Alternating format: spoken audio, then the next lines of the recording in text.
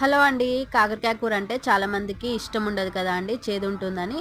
కానీ ఇలా ఒకసారి ట్రై చేసి చూడండి. ఇష్టం లేని వాళ్ళు కూడా చాలా ఇష్టంగా తింటారండి. ముందుగా కాకరకాయలు అన్నిటిని రౌండ్గా కట్ చేసుకొని వాటిలోని గింజలు తీసుకొని పక్కన ఉంచుకోవాలి. స్టవ్ పైన బాండీ పెట్టుకొని కొద్దిగా జీలకర్ర, శనగపప్పు, మినపప్పు, ఇలా చిన్న ఉల్లిపాయలను ఒక 10 గాల వేసి కొద్దిగా చింతపండు కూడా వేసుకొని ఇవన్నీ దూరగా అయ్యేంత వరకు ఫ్రై చేసుకోవాలండి.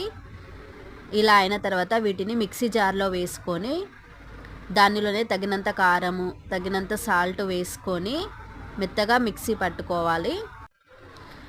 ఇప్పుడు అదే బాండీలో కొద్దిగా ఆయిల్ వేసుకొని ముందుగానే కట్ చేసుకున్న కాకరకాయ ముక్కలను వేసుకొని మెత్తబడేంత వరకు ఫ్రై చేయాలండి. ఇలా కాకరకాయలన్నీ మెత్తబడ్డ తర్వాత దానిలో కొద్దిగా పసుపు, మనం ముందుగానే మిక్సీ పట్టుకున్న ఉల్లికారంను వేసుకొని ఒక 5 నిమిషాల పాటు ఫ్రై చేసుకోవాలండి. ఇంతే అండి, ఎంతో టేస్టీగా ఉండే కాకరకాయ కర్రీ రెడీ అండి. ఒక్కసారి ట్రై చేసి మీకు ఎలా వచ్చిందో కామెంట్ చేయండి.